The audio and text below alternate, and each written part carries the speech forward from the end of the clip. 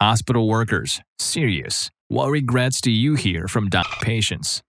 Story 1.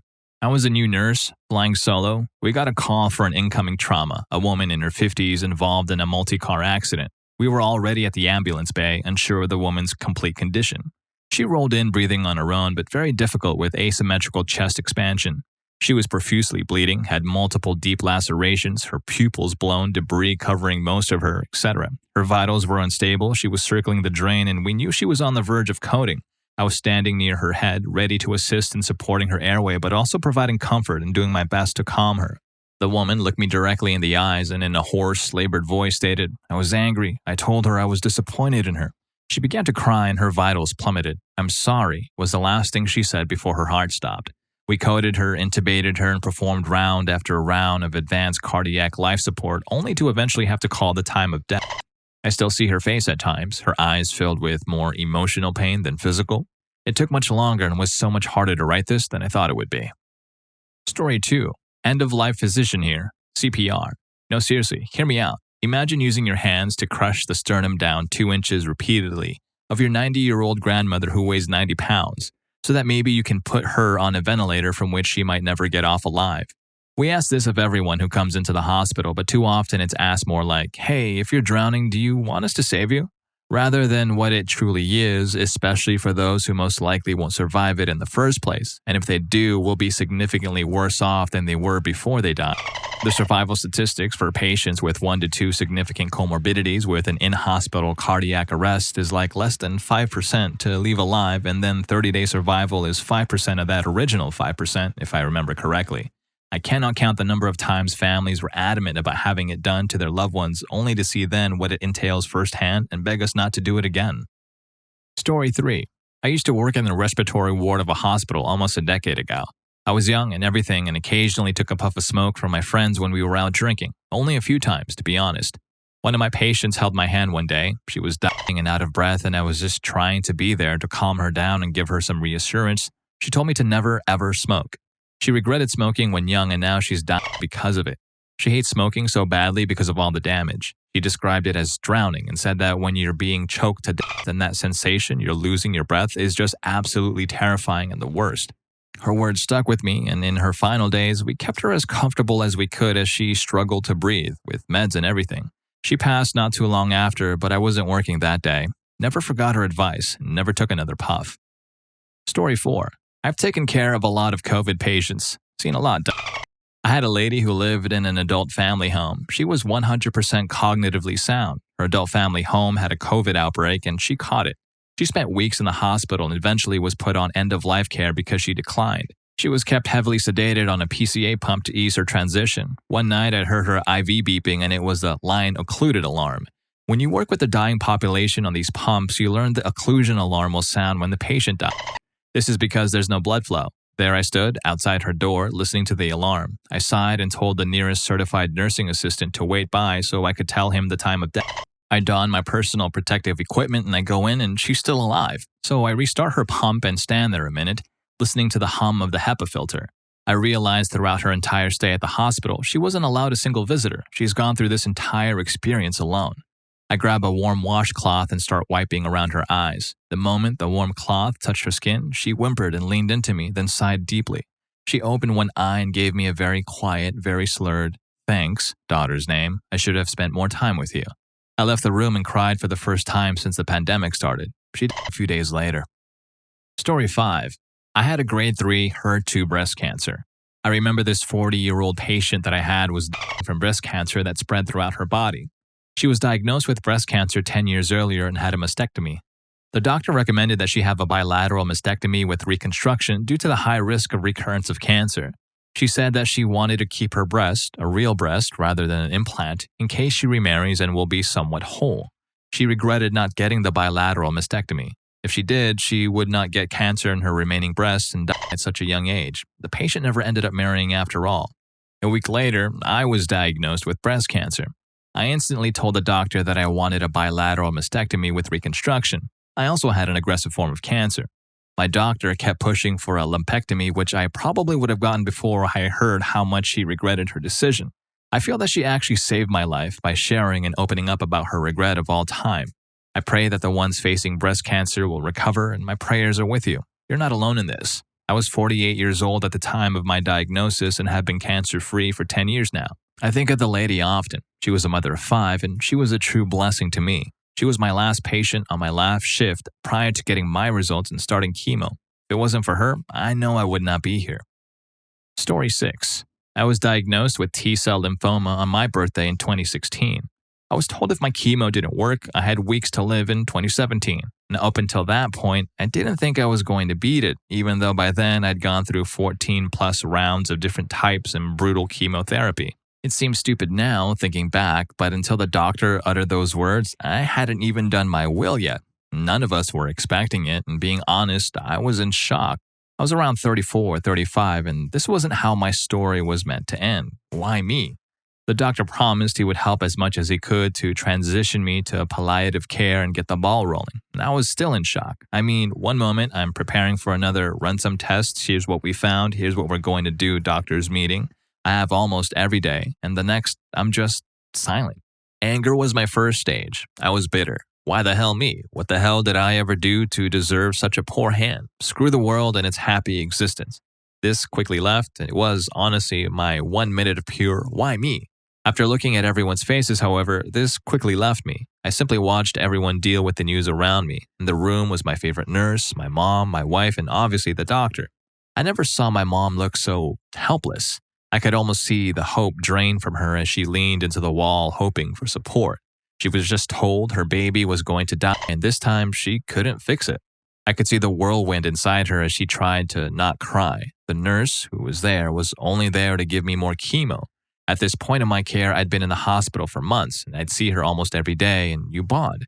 She didn't take the news well. I heard later on at the time I was told she had a reaction to the chemo she was administering. In reality, I was told she broke down and had to leave work early. My darling wife, who I had put through so much, was clearly trying to hold it together. She was in the anger/bargaining stage.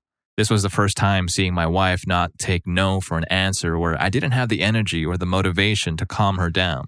She was asking for second opinions, researching other hospitals, calling and emailing them, scanning reports, test results for her emails, etc. She refused to accept it and just went to work.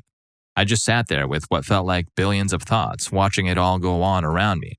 When you're told you're going to die, eventually you get to acceptance. Once I accepted there was nothing more to do, all the little things in life that annoy, stress, or anger me go away. And everything is just beautiful, and I noticed everything. My perspective had completely changed. My time was running out, and I just wanted to be surrounded by love. That's it. My only regrets, as most people are saying in this thread, is time. I didn't do enough with it. I didn't have more time to see my beautiful baby niece grow up. I wondered if she would take after her mother, my lovely sister, who never got to enjoy her pregnancy due to her brother getting cancer months before she was due to give birth.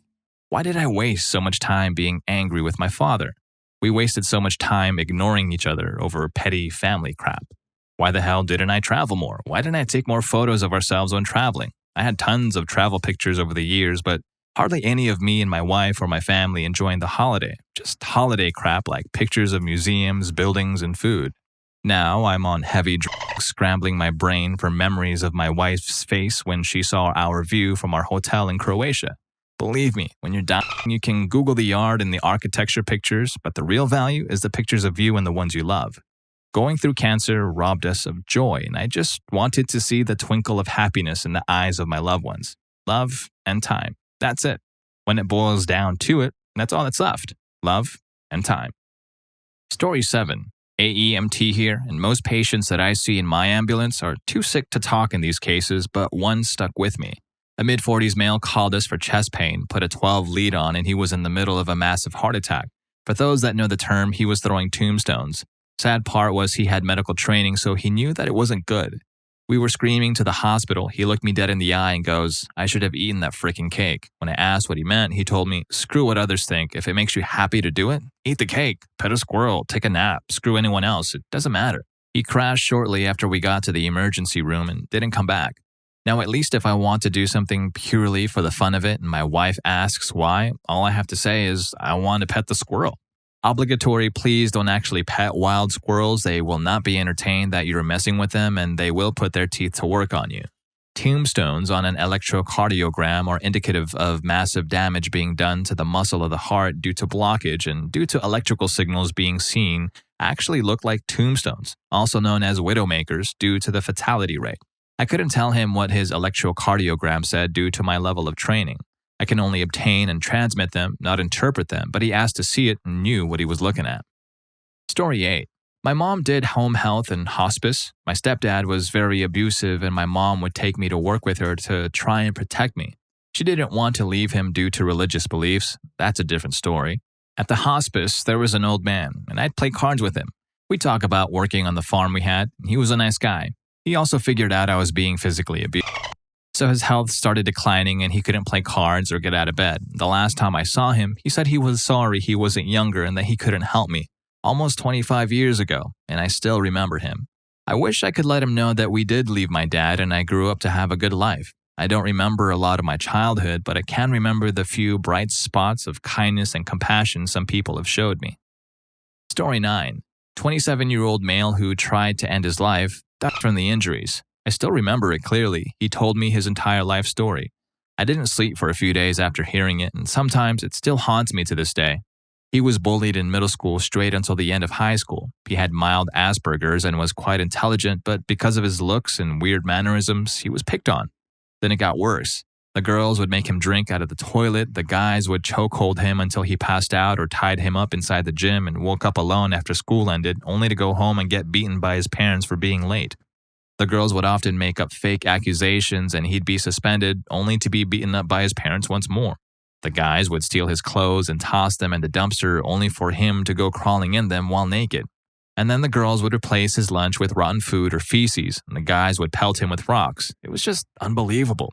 He finished high school, but just barely, dropped out of college and left home to go into the service industry. But it only got worse for him there as he couldn't do well with stress. He had his own issues. Said he was one of those incels and his only reason for living was so that others could abuse him to make themselves feel better.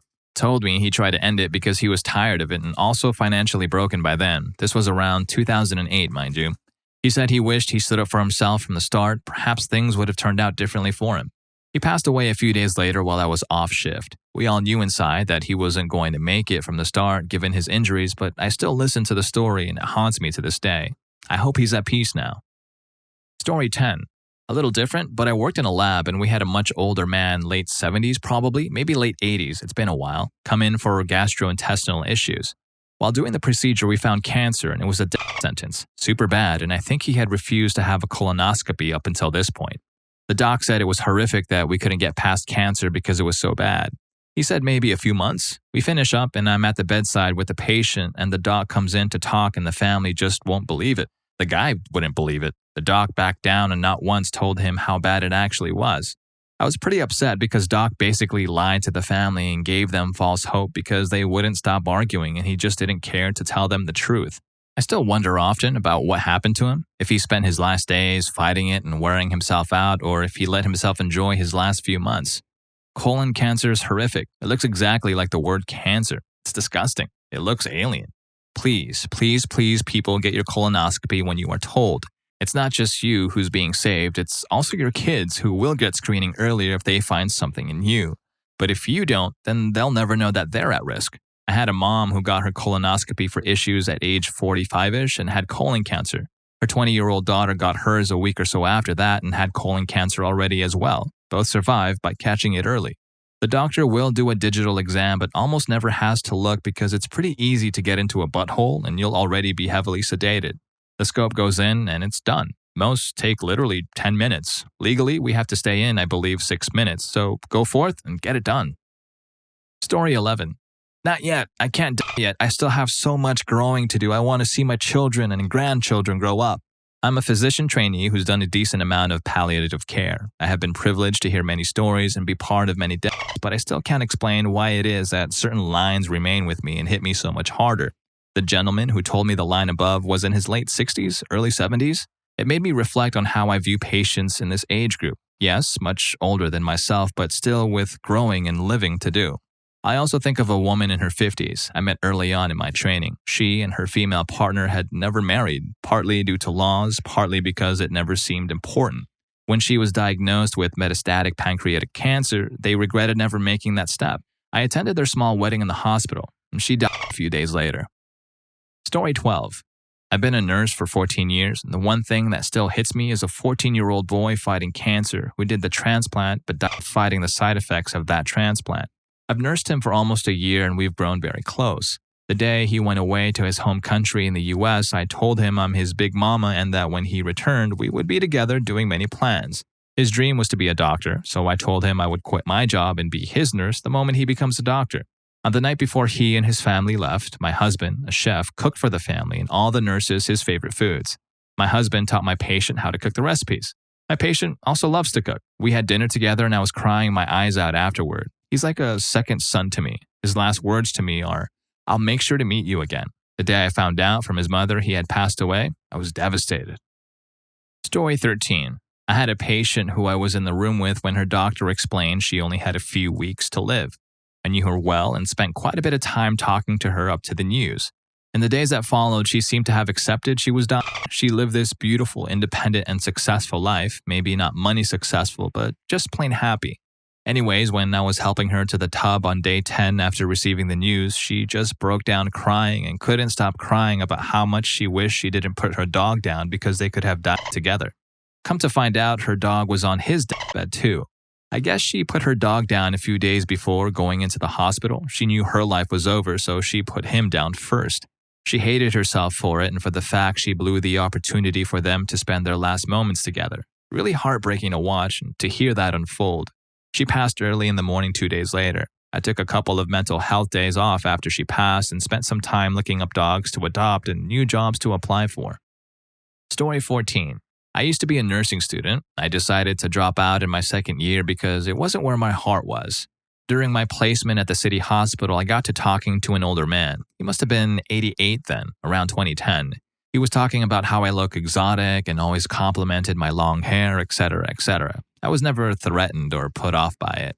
One day, he told me I looked like the woman he wished he never let go, that he was completely happy about how his life turned out and loved his family and late wife, but he always thinks about the woman he shouldn't have let go by.